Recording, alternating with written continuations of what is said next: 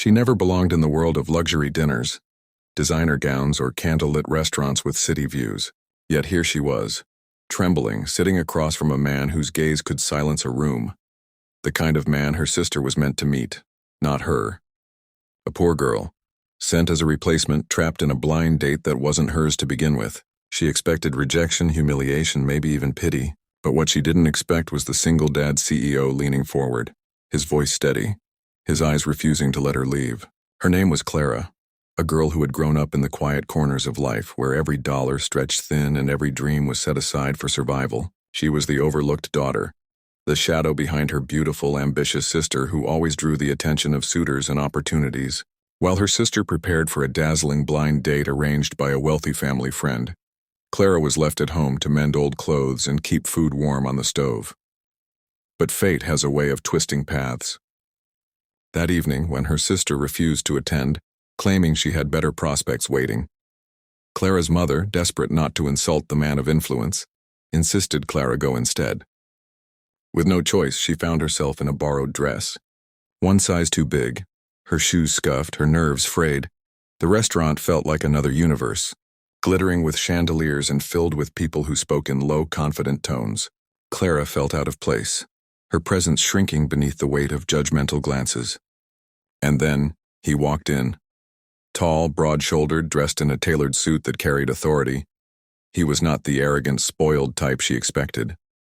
This was Daniel, a CEO who built his empire through resilience after tragedy struck his life. A single father with responsibilities that went far beyond the boardroom. He was here for a date he thought would change his future, but instead he was met with Clara, the girl no one thought belonged in his world. And though Clara wished she could disappear, his eyes did not waver. Clara's hands trembled as she tried to hold the silverware properly, her cheeks burning as she noticed the refined women at nearby tables whispering and glancing her way. She knew what they saw. A poor girl in a borrowed dress, one who didn't belong in such a place of elegance. Yet Daniel sat across from her, studying her not with disdain but with curiosity. His silence was not judgmental. It was patient, as if he were trying to understand the storm inside her. But judgment came from elsewhere. The waiter, quick with charm for wealthier patrons, barely concealed his smirk when Clara stumbled over the menu. A group of well-dressed men at the bar chuckled, their laughter sharp as glass when they noticed her nervous mistakes. To them, she was a fraud, an intruder in a world built on money and pedigree. Clara wanted nothing more than to escape, to save herself the humiliation. Her mind replayed her mother's words before she left. Just go. Don't make us look ungrateful. But the truth was clear: she was only a placeholder, a substitute for the sister who was considered worthy. The bitter injustice gnawed at her. She was here, facing ridicule simply because her family thought she was expendable. Daniel, however, did not laugh. Instead, he leaned forward slightly, asking simple, grounding questions. Not about fashion, wealth, or status, but about her life, her thoughts. At first, Clara struggled to answer, her voice catching in her throat. But slowly, something shifted. She spoke of the small things that gave her joy. The smell of rain after summer heat, the comfort of an old book, the pride she felt when helping her younger siblings with homework.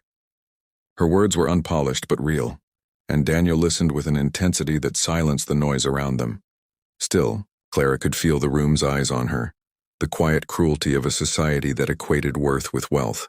Every giggle, every sideways glance reminded her that she was a stranger in this world. Yet Daniel's gaze told another story, one that unsettled her heart. He didn't see her as an intruder. What Clara didn't know was that Daniel had endured his own trials. He had once been dismissed, underestimated, treated as though his worth was tied only to his bank account. His late wife's death had left him raising a daughter alone, searching for someone who could see beyond the surface. Tonight, fate had placed Clara before him, a girl with no fortune, no polished charm, but with a quiet resilience that reminded him of the strength life truly demanded. By the end of the evening, Clara expected him to politely excuse himself, to walk away into the world where she could never follow. Instead, as she stood to leave, Daniel's words stopped her. His tone wasn't one of dismissal. It carried weight, finality, and something she never thought she would hear from a man like him. Stay.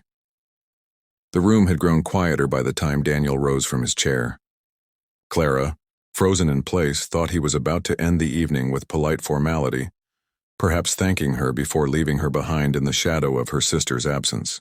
But instead he walked around the table, every eye in the restaurant following his movement. Whispers spread like wildfire.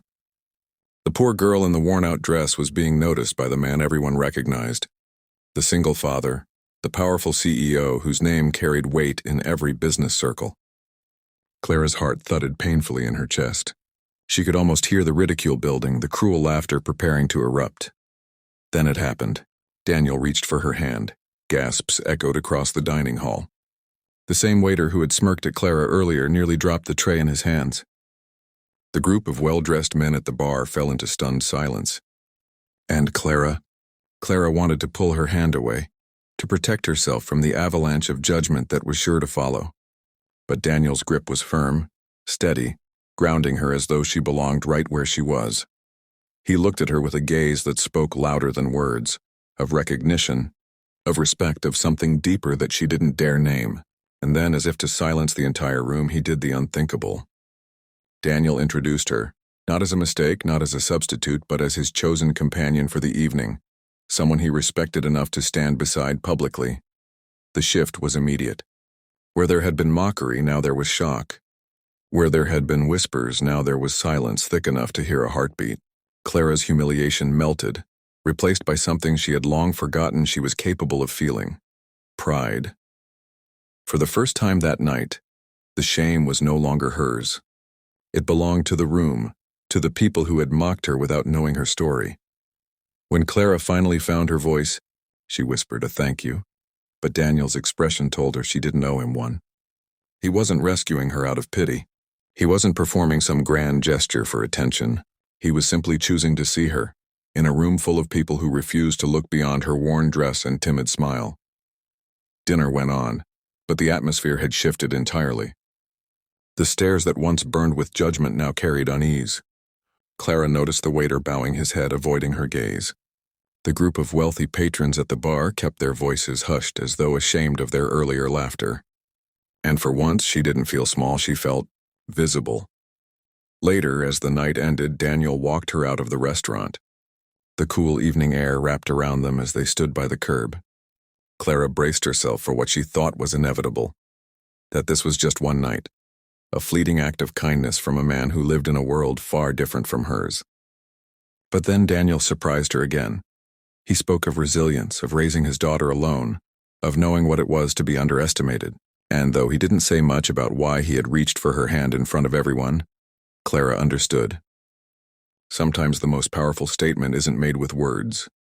It's made with the courage to stand beside someone when others turn away.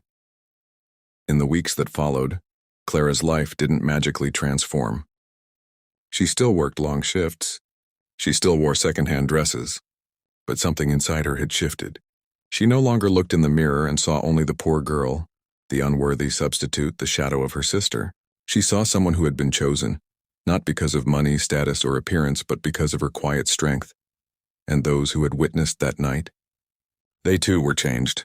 The waiter's smirk was replaced with courtesy the next time Clara stepped into the restaurant.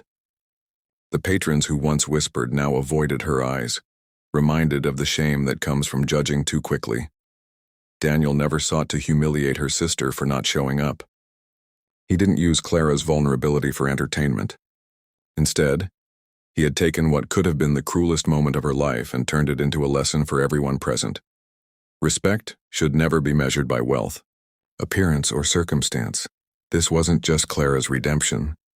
It was a mirror held up to a society too eager to dismiss those who appear to have less. And as Clara walked home that night, her head held higher than it had in years.